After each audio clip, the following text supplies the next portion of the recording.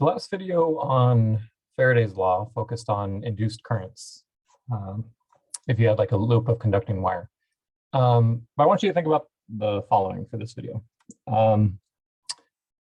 Suppose you had a wire like this, a conducting loop that's just at rest here, and we have a magnetic field into the page. So these blue X's are the magnetic field. You have a magnetic field into the page that's increasing in strength. What would the induced current be in this loop? Well, the answer is given in the picture, but you should be able to explain why. So the loop doesn't like the fact that the magnetic flux is changing. Magnetic flux, that's step one. That's always step one. It doesn't like the change.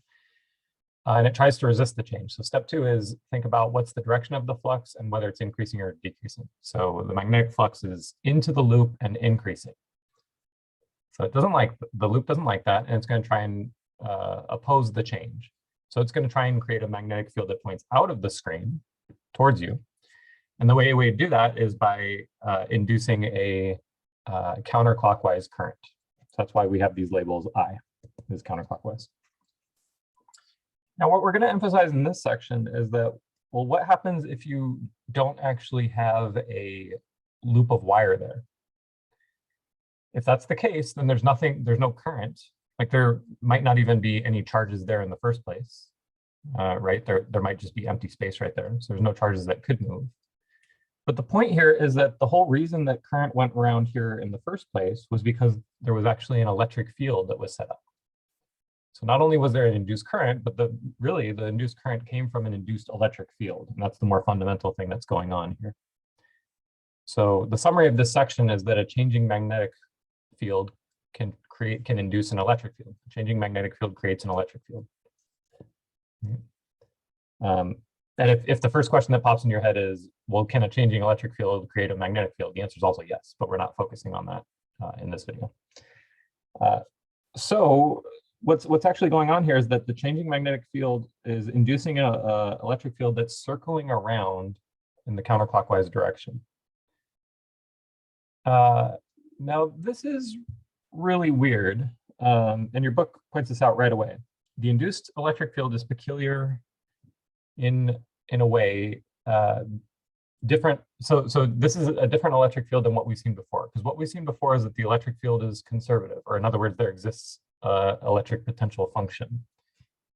Another way of saying this is that there was a Kirchhoff loop rule, where if you go around a loop, you should get the sum of the delta V's is 0.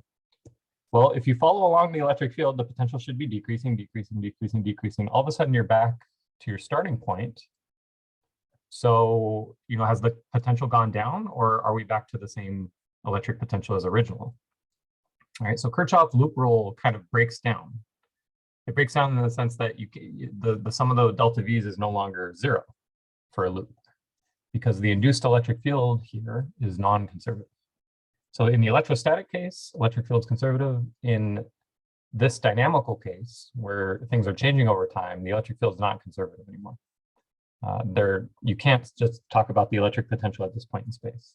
You can, though, talk about the EMF of a loop, any imaginary loop that you draw here. So this is a little weird. However, we can still use Faraday's law to actually calculate the electric field. So the way we wrote Faraday's law before was that the induced EMF was minus well, I guess we just talked about the magnitude, the change in magnetic flux over time. So d flux dt. Now, what we're going to write down in this section is that the EMF is actually an integral of the electric field. So this was last video. In this video, we basically have the same equation, except now the induced EMF we can also write as the closed line integral of the electric field over some loop. So this, really the magnitude of this is the magnitude of the other one. So let me just write plus or minus just to take care of that.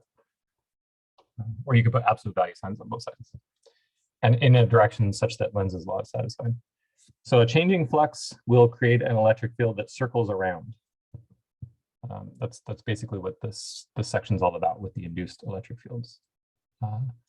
So, Faraday's law, generalized Lenz's law, written this way, but this is even more of a generalization. This is explaining what's going on more fundamentally, whether there's like a conducting wire there or not. So what your book talks about is a very,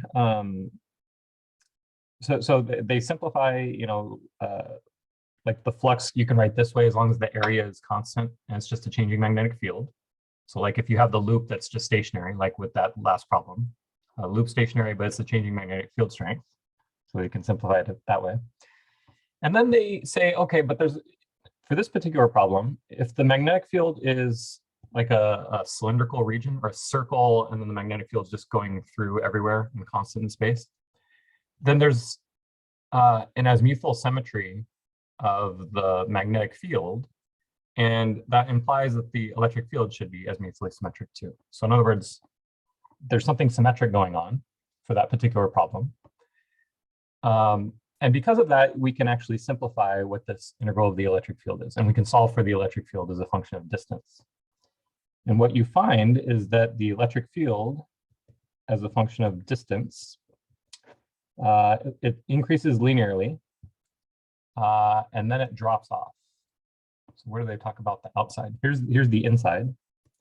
Because so on the inside, the magnetic flux that you encircle, so just to give an idea of what's going on, you have the magnetic field everywhere.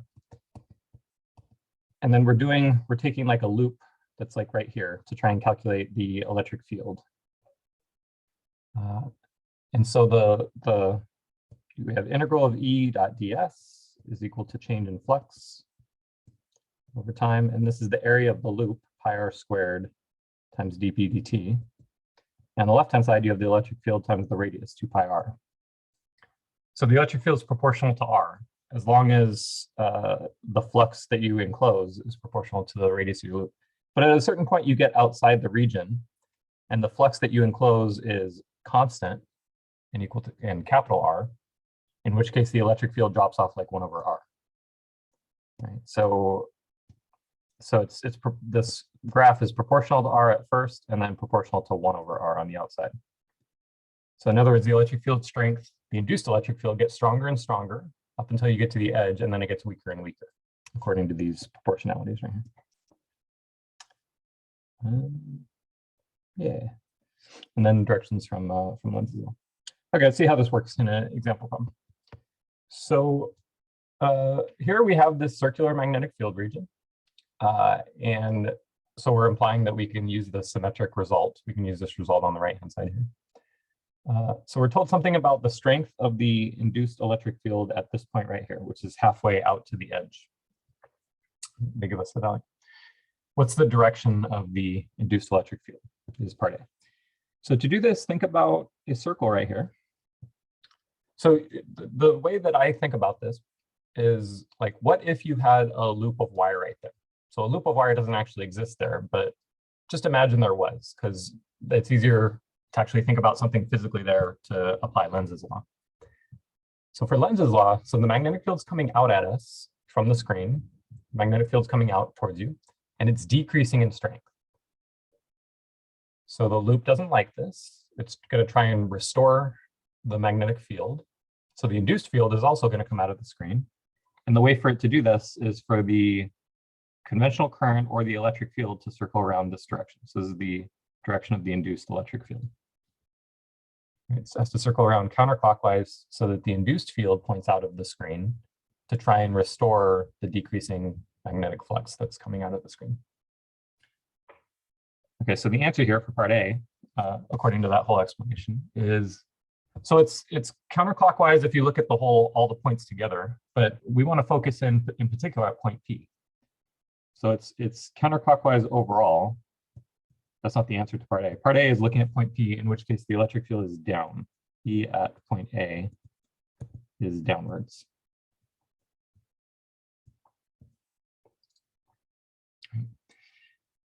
For the second part of this, what's the electric field at point Q?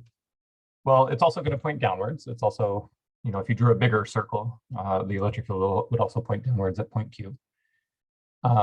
And the strength is going to be twice as big as the strength at lowercase r equals 1/2 capital R, right? And it's all according to this right here on the right-hand side. The fact that the electric field is proportional to r for points on the inside and all the way up until the edge.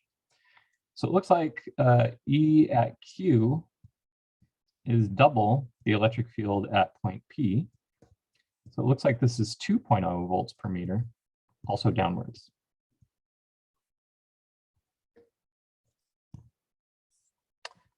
All right,